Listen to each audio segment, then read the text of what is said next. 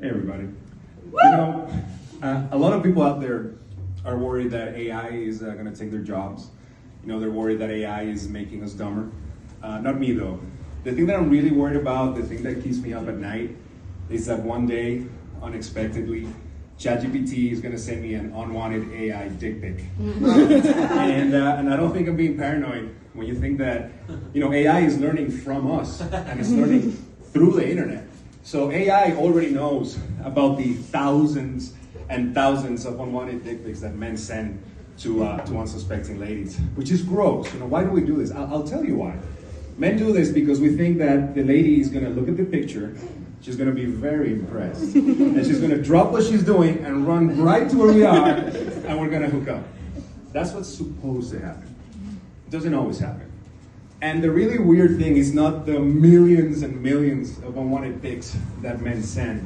The really shocking thing is that we've been doing this for so long. You know, we've been doing this since before the iPhone. We've been doing this since before the internet. We've been doing this since prehistoric times. And every time there's been a major advancement in technology, some dude has figured out a way to send an unwanted dick pic through the technology.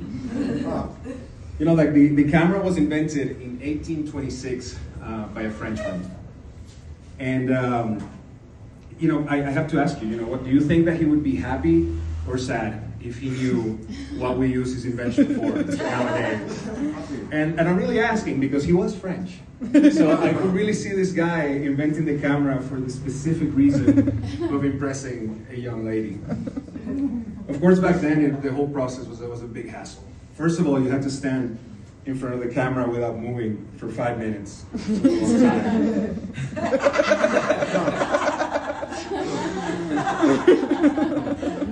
Then you had to develop the picture using toxic chemicals. Then you had to give the picture to a man in a horse who would take it to the unsuspecting lady. She would receive the package, look at the picture. She would be very impressed. And she would take the horse right back to where the guy was, and they would hook up.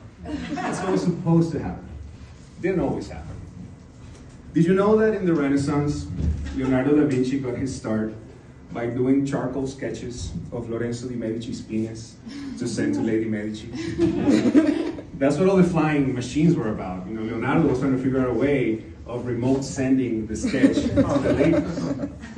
And the really cool thing is that apparently Lady Medici loved it. So then Leonardo had to go to her and he would sketch out her boobs and send it back to the Duke. And that's how sexting was invented. But this goes way beyond, you know, pictures and sketches. This goes way, way back. Have you heard about, you know what an obelisk is? Yes. So in ancient Egypt, you know, they would cut up this single piece of rock, 30 meters long, 350 tons. That is 2 city buses and the weight of, 68 elephants. For reference, that is twice as many elephants as Hannibal took when he was invading Rome. Exactly, right? And then and they would bring it to the cities. You know, can you imagine being, you know, the head builder? He's like, oh, great Pharaoh, we have amassed 5,000 workers to do your bidding. What will you have us do? We will build canals to bring water to the people. We will bring walls to protect the city. And then the Pharaoh went, I have a better idea.